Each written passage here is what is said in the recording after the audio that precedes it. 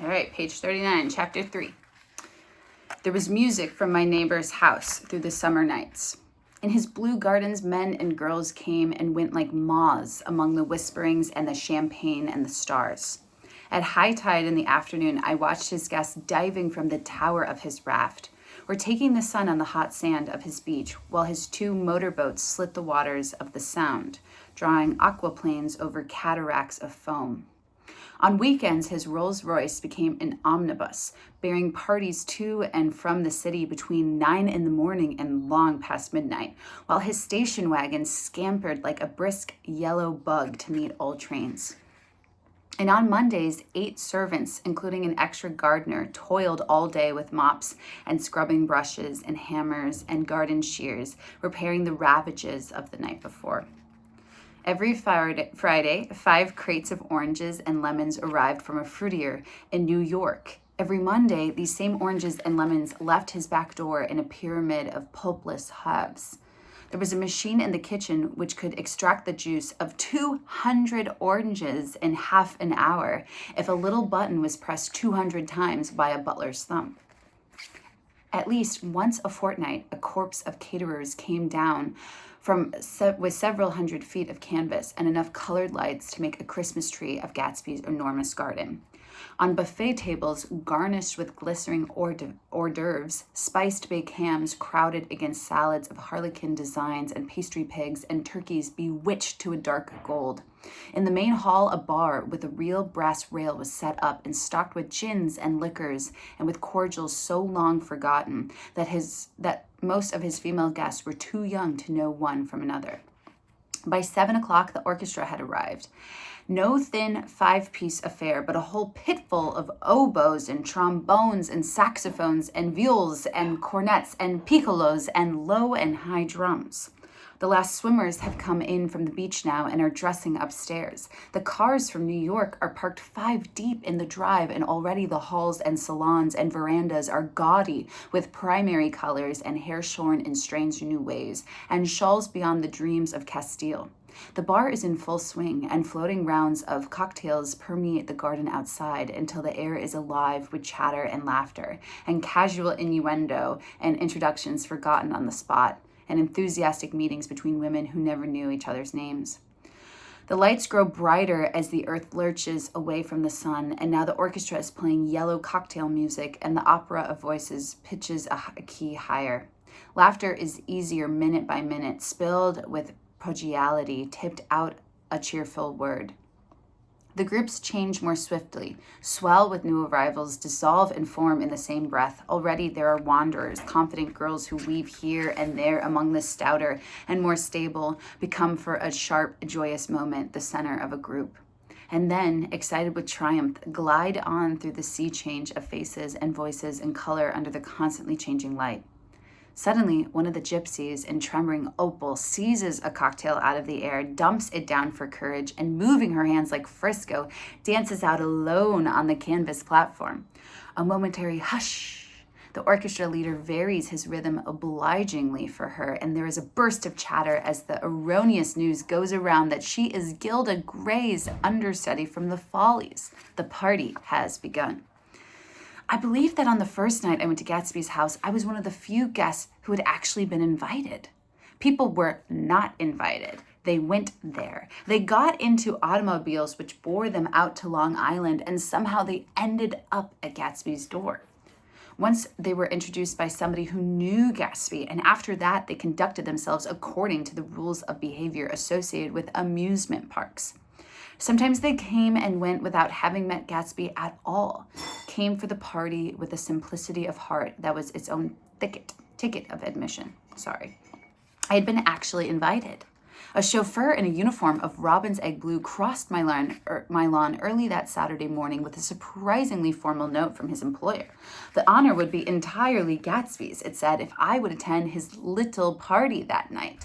He had seen me several times and had intended to call on me long before, but a peculiar combination of circumstances had prevented it. Signed, J. Gatsby, in a majestic hand.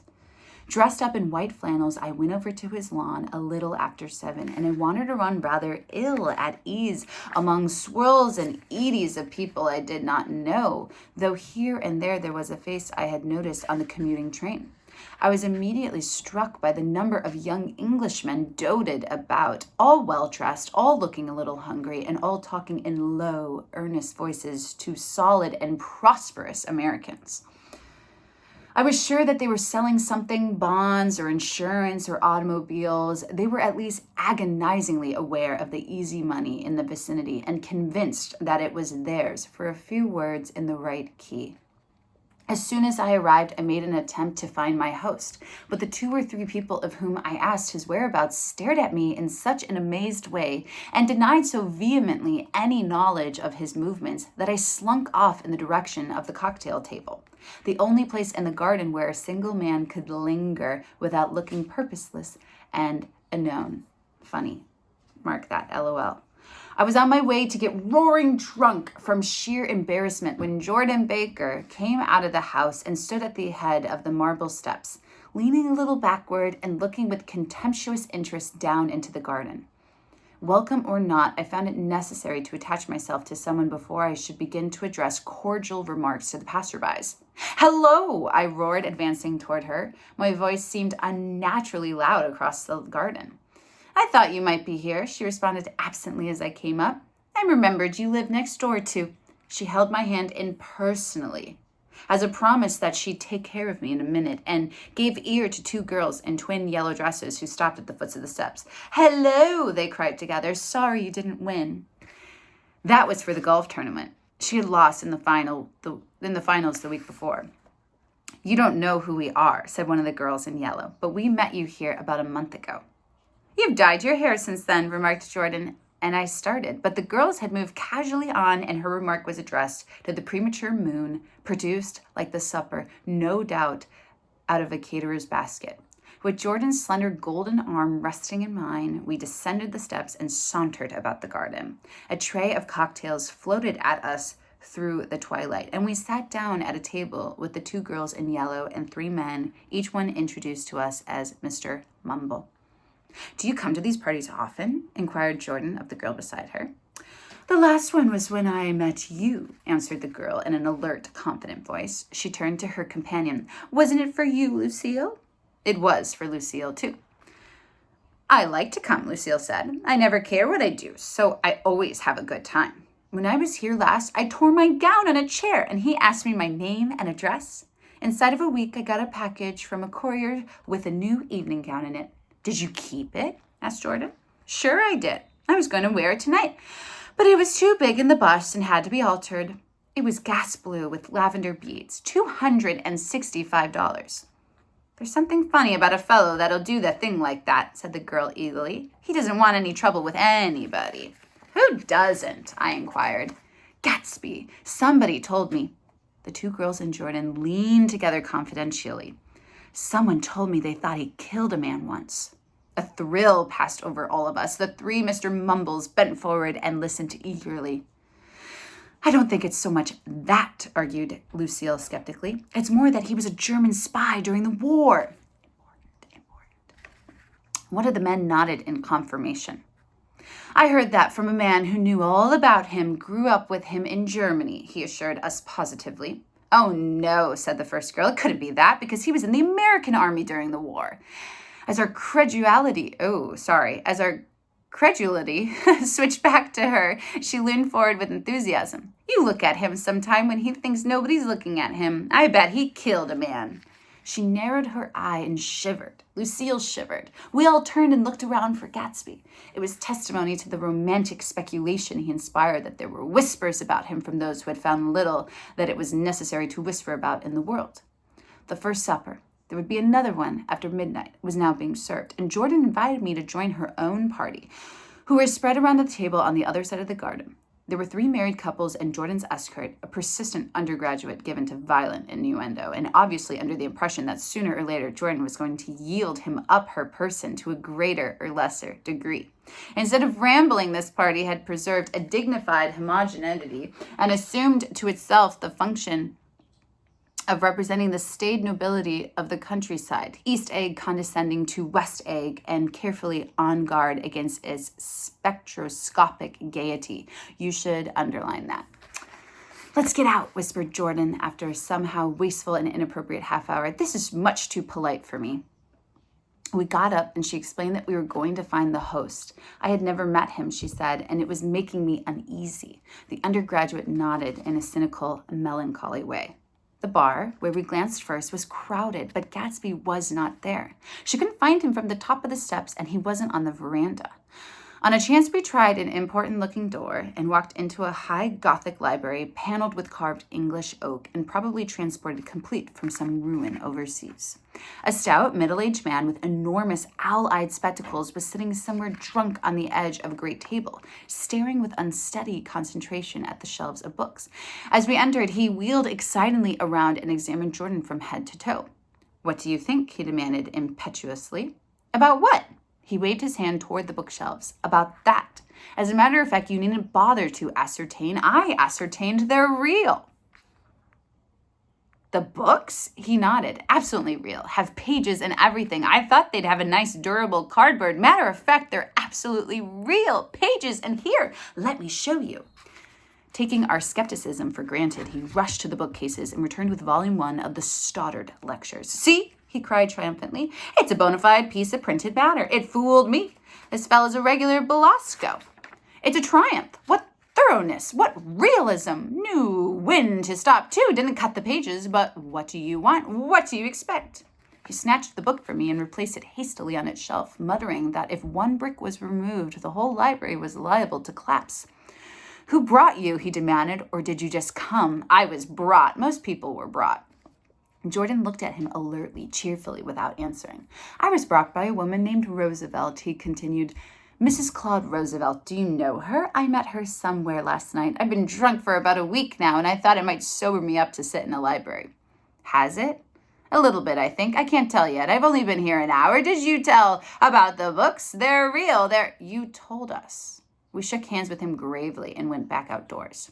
There was dancing now on the canvas in the garden, old men pushing young girls backwards in eternal graceless circles, superior couples holding each other tortuously, fashionably, and keeping in the corners, and a great number of single girls dancing individualistically or relieving the orchestra for a moment of the burden of the banjo or the traps. By midnight, the hilarity had increased. A celebrated tenor had sung in Italian, and a notorious contralto had sung in jazz, and between the numbers, people were doing stunts all over the garden, while happy, vacuous bursts of laughter rose toward the summer sky.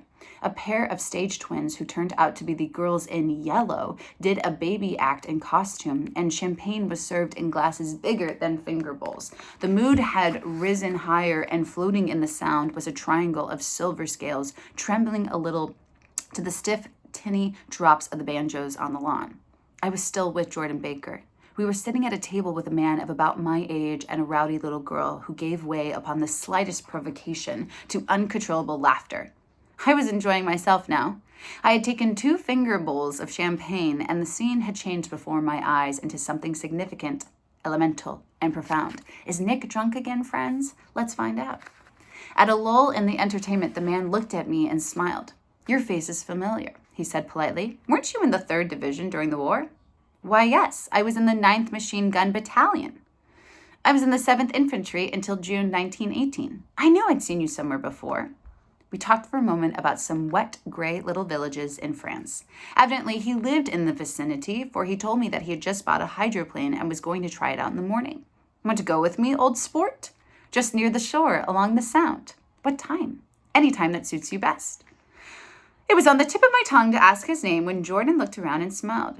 "Having a gay time now?" she inquired. "Much better." I turned again to my new acquaintance. "This is an unusual party for me. I haven't even seen the host. I live over there." I waved my hand at the invisible hedge in the distance. "And this man Gatsby sent over this chauffeur with an invitation." For a moment, he looked at me as if he failed to understand. "I'm Gatsby," he said suddenly. "What?" I exclaimed. "Oh, I beg your pardon. I thought you knew, old sport. I'm afraid I'm not a very good host." He smiled, understandingly, much more than understandingly. It was one of those rare smiles with a quality of internal reassurance in it that you may come across 4 or 5 times in life. It faced or seemed to face the whole external world for an instant and then concentrated on you with an irresistible prejudice in your favor. It understood you just so far as you wanted to be understood, believed in you as you would like to believe in yourself, and assured you that it had precisely the impression of you that at your best you hoped to convey. Precisely at that point it vanished, and I was looking at an elegant young roughneck a year or two over 30 whose elaborate formality of speech just missed being absurd. Some time before he introduced himself, I'd got a strong impression that he was picking his words with care. Underline that entire paragraph. Almost at the moment when Gatsby identified himself, a butler hurried toward him with the information that Chicago was calling him on the wire. He excused himself with a small bow that included each of us in turn. If you want anything, just ask for it, old sport, he urged me. Excuse me, I will rejoin you later. When he was gone, I turned immediately to Jordan, constrained to assure her of my surprise. I had expected that Mr. Gatsby would be a florid and corpulent person in his middle years. Who is he? I demanded. Do you know? He's just a man named Gatsby. Where is he from, I mean, and what does he do? Now you're started on the subject, she answered with a wan smile. Well, he told me once he was an Oxford man. A dim background started to make shape behind him, but at her next remark it faded away. However, I don't believe it. Why not? I don't know, she insisted. I just don't think he went there. Something in her tone reminded me of the other girls. I think he killed a man, and had the effect of stimulating my curiosity. I would have accepted without question the information that Gatsby sprang from the swamps of Louisiana or from the Lower East Side of New York. That was comprehensible. But young men didn't. At least in my provincial inexperience, I believe they didn't drift coolly out of nowhere and buy a place on Long Island Sound. Anyhow, he gives great large parties, said Jordan, changing the subject with an urban distaste for the concrete. And I like large parties. They're so intimate. At small parties, there isn't any privacy. There was the boom of a bass drum, and the voices of the orchestra leader rang out suddenly above the echolalia, of the garden. Ladies and gentlemen, he cried, at the request of Mr. Gatsby, we are going to play for you Mr. Vladimir Tostoff's latest work, which attracted so much attention at Carnegie Hall last May. If you read the papers, you know there was a big sensation. He smiled with jovial condescension, and added, some sensation, whereupon everybody laughed. The piece is known, he concluded lustily, as Vladimir Tostoff's Jazz History of the World. The nature of Mr. Tostoff's composition eluded me, because just as it began, my eyes fell on Gatsby, standing alone on the marble steps and looking from one group to another with approving eyes. His tan skin was drawn attractively tight on his face, and his short hair looked as though it were trimmed every day.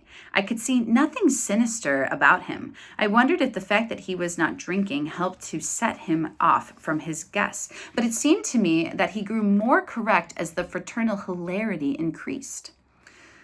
When the Jazz History of the World was over, girls were putting their heads on men's shoulder in a puppyish, convivial way. Girls were swooning backward playfully into men's arms, even into groups, knowing that someone would arrest their falls. But no one swooned backward on Gatsby, and no French bob touched Gatsby's shoulder, and no singing quartets were formed with Gatsby's head for one link.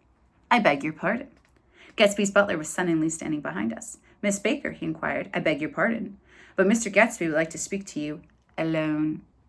With me? She exclaimed in surprise. Yes, madam. She got up slowly, raising her eyebrows at me in astonishment, and followed the butler toward the house. I noticed that she wore her evening dress, all her dresses, like sports clothes. There was a jauntiness about her movements, as if she had first learned to walk upon golf courses on clean, crisp mornings.